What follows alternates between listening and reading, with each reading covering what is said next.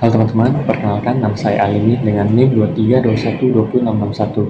Di video kali ini saya akan berbincang dan melakukan wawancara dengan beberapa narasumber dari agama yang berbeda. Dari hasil wawancara ini kita akan melihat bagaimana perbedaan keyakinan tidak menjadi penghalang untuk hidup rukun, saling menghargai, dan menjaga toleransi antar umat beragama.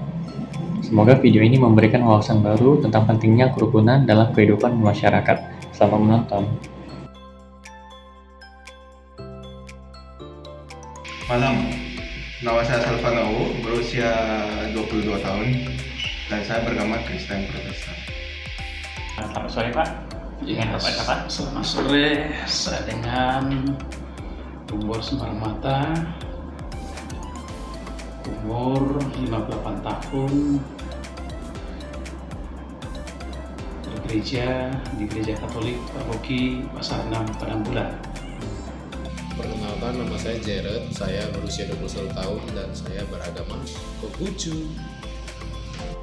Halo, saya Mary, usia umur 55 tahun, agama Buddha di salah satu vihara di Kota Medan. Nama saya Jenny Wang, umur 17 tahun, agama Buddha dari Vihara 3 Mustika Abadi. Bagaimana pendapat narasumber mengenai kerukunan umat beragama secara keseluruhan di Indonesia? Menurut pendapat narasumber, dari skala 10 sampai 100, sudahkah kerukunan antara agama di Indonesia tercapai dengan baik? Dan bagaimana kondisi kerukunan khususnya agama narasumber dengan agama lain di Indonesia? Menurut saya, kerukunan umat beragama di Indonesia itu cukup baik lah. Saya kasih nilainya 85 dari 100 gitu. Walaupun kadang masih ada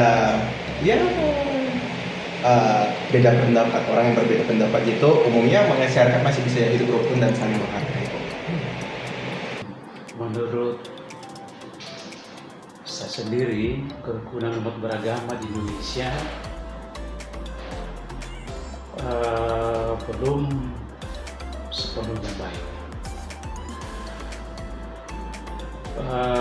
Kadang-kadang di satu daerah tertentu kadang-kadang mengalami kendala atau kesulitan dalam melaksanakan ibadah mereka masing-masing. Seperti baru-baru ini misalnya ada penutupan paksa pada saat umat beribadah di satu daerah. Untuk sekarang mayoritas agama saya dengan agama yang lain baik-baik saja sih, tidak ada banyak kerusuhan dan lain-lain karena mayoritas saya juga sangat sedikit ya, masih terbilang sedikit di Indonesia. Untuk skala agama saya berikan di angka mungkin di 90 dari 100. Dan kondisi agama saya untuk agama orang lainnya seperti awal yang tadi saya bilang, ya baik-baik saja, tidak ada kendala yang lain dan tidak ada di media sosial juga tidak ada hal-hal yang buruk diceritakan dari agama saya sih. Menurut saya, kerukunan umat beragama di Indonesia secara keseluruhan sudah berjalan dengan baik. Meski kadang-kadang masih adalah terjadi beberapa konflik kecil. Dan saya memberi skala 90% sih untuk kondisi kerukunan umat agama Buddha dengan agama lainnya juga berjalan dengan baik. Menurut saya, kerukunan umat beragama di Indonesia sudah cukup baik. Jika dinilai dari skala 10 sampai 100, saya memberikan nilai 80 karena masyarakat umumnya dalam hidup manusia berdampingan dengan damai meskipun memiliki perbedaan keyakinan manusia. Dalam ajaran agama narasumber, bagaimanakah kerukunan antar umat beragama diajarkan? Dalam ajaran Gereja Katolik, kerukunan umat beragama berdasarkan pada kasih universal. Gereja mendorong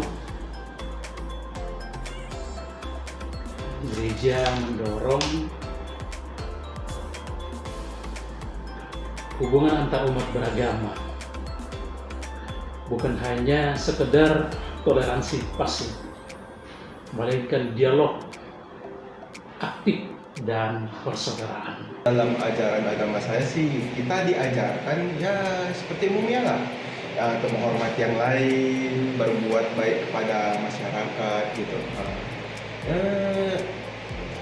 Hidup damai meskipun berbeda-beda keyakinan. Ya seharusnya kerukunan umat agama itu ya harus saling menghargai, harus saling menciptakan kedamaian dan berbuat hal-hal baik lah. Seperti agama-agama lain mengajarkan harusnya mengajarkan hal-hal baik. Dalam agama Buddha, untuk mewujudkan kerukunan umat beragama itu diajarkan untuk mempraktekkan metta, yaitu cinta kasih secara universal, tanpa membedakan agama, suku maupun latar belakangnya. Sifat karuna, welas asih dengan menghindari permusuhan dan pertikaian itu sendiri. Dalam agama saya, kerukunan diajarkan melalui sikap saling menghormati, mengasihi sesama manusia, dan hidup damai dengan siapapun tanpa membedakan agama, suku, atau budaya. Bagaimana cara menciptakan suasana kehidupan beragama yang harmonis di lingkungan masyarakat heterogen? Cara menciptakan ya tetap harus saling menghargai, saling membantu. Misalkan ada agama lain yang mau minta tolong, boleh dibantu. Ya, seperti itu. Oke, baik. Saya pikir cara menciptakan kerukunan beragama di masyarakat harus ada sikap saling menghargai, saling menghormati, dan diperlukan dialog terbuka di antara umat beriman beragama. Baik, Pak. Kalau yang itu caranya sih dengan ya kembali lagi saya menghargai sih, toleransi gitu. Ya itulah, tidak membeda-bedakan orang karena agamanya, serta menjaga komunikasi dan hubungan baik dengan tetangga maupun masyarakat. Sebagai contoh sih, kemarin ada kawan saya muslim itu diajak pesta ke masjid, itu saya datang kok, pesta pernikahan saudaranya. Seperti begitulah contohnya, toleransi ya. Setiap agama pasti mengajarkan kebaikan dan untuk bisa dipraktekkan dalam kehidupan sehari-hari. Misalnya sikap saling menghormati satu sama lainnya. Suasana kehidupan beragama yang harmonis dapat diciptakan dengan manusia menumbuhkan sikap toleransi, saling menghargai perbedaan, menjaga komunikasi yang baik, dan bekerja sama dalam berkegiatan sosial di masyarakat. Menurut pendapat narasumber, bagaimana seharusnya setiap umat menjaga kerukunan antar agama di dunia ini? Setiap umat itu sebaiknya menjaga sikap saling menghormati, tidak memaksakan keyakinannya kepada orang lain, tidak mencela agama yang lain, mengedepankan nilai kemanusiaan dan membangun komunikasi yang baik satu sama lainnya. Menjaga Kerukunan. Iya, antar agama. Antar agama. Iya. Ya, Mungkin bisa saling respect atau gimana? saling- Boleh berikan pendapatannya. Saling respect itu udah pasti harus. Mhm. Saling respect, saling menghargai, saling ya berkomunikasi tentang hal-hal yang berbeda pendapat, itu saling menghargai, ya itulah. Oke. Ya, baik. Saya pikir menjaga kerukunan antar umat beragama yang ada di Indonesia, bahkan di dunia ini, ada 3 pilar yang harusnya diusahakan. Yang pertama, dialog aktif untuk membangun pemahaman. Yang kedua, saling menghormati dalam pelaksanaan ibadah masing-masing umat beragama. Dan yang ketiga, ini yang paling penting saya pikir, kolaborasi sosial. Ya, kolaborasi sosial untuk kemanusiaan tanpa memandang latar belakang, unsur agama, syarat, dan lain sebagainya. baik Pak. Setiap orang sih sebaiknya menghormati perbedaan, tidak memaksakan keyakinan kepada orang lain gitu. Nah, dan selalu menjaga sikap toleransi. Nah, itu sih ya, sharing lah dengan kalau ke teman gitu beda agama lebih baik gitu. Ya saling mengerti gitu. Oke. Tiap umat beragama seharusnya menghormati keyakinan orang lain, menjaga ucapan dan tindakan manusia, serta menghindari hal-hal yang dapat menimbulkan konflik atau perpecahan. Menurut pendapat narasumber, bagaimana seharusnya dan peran pemerintah untuk menciptakan kerukunan beragama bagi seluruh warga negara? Pemerintah harus bersikap adil kepada semua pemeluk agama, menjamin kebebasan beragama, serta mengadakan program yang dapat meningkatkan toleransi dan memperkuat persatuan di masyarakat. Pemerintah sebaiknya sih bersikap adil terhadap semua agama, memberikan perlindungan yang sama kepada semua umat beragama dalam melaksanakan ibadahnya, aktif mendukung kegiatan yang memperkuat toleransi dan kerukunan di masyarakat. Bagaimana Pak?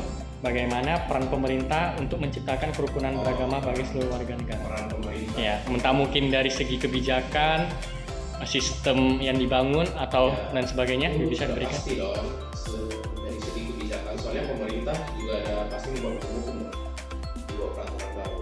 Kalau dari segi pemerintah ya saya bilang pemerintah itu harus membuat peraturan yang pas dong, maksudnya yang benar-benar saling berbagi rata dengan agama-agama lain, jangan saling berbeda-beda dong ya kan, biar agama lain juga tidak ini dong terasa bagaimana ya, lebih terbebani atau bagaimana gitu. Berarti harus sama rata gitu lah ya. Yes, harus sama rata dong. Dan ya pemerintah contohnya misalnya agama lain membutuhkan kayak agama Kristen walaupun agama Islam dan agama-agama lainnya membutuhkan dana untuk membangun pembangunan Suatu gereja tempat ibadah atau tempat ibadah, itu mungkin bisa dibantu oleh pemerintah. Oke, baik, terima kasih.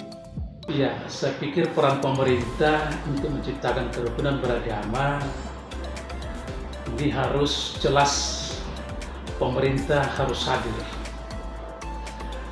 untuk memberikan kenyamanan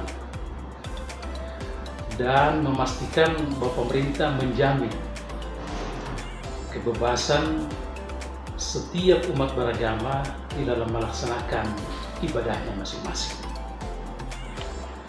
Dengan demikian, setiap umat beragama tidak ada rasa was-was, tidak ada rasa ketakutan di dalam menjalankan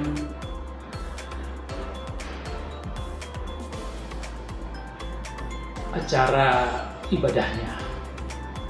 Oke, baik Pak. Nah, kalau itu sih aku ada pendapatnya nih. Pemerintah sih sebaiknya bersikap adil sih kepada semua agama. Kayak melindungi kebebasan beribadah gitu. Aku sih sering lihat gitu sih. Nah, dan terus mengajak masyarakat untuk tetap hidup rukun dan saling menghormati ya. Namanya kan Indonesia gitu kan. Ada yang namanya Bhinneka Tunggal Ika gitu. Berbeda-beda tetapi tetap satu juga gitu loh. Ya kan? Nah, sekian dari jawaban saya sih. Itu saja. Terima kasih. Demikianlah hasil wawancara yang telah dilakukan dengan beberapa narasumber dari latar belakang agama yang berbeda. Dari wawancara ini kita dapat memahami bahwa keberagaman merupakan bagian kehidupan masyarakat yang perlu dijaga dengan sikap saling menghormati, menghargai, dan toleransi.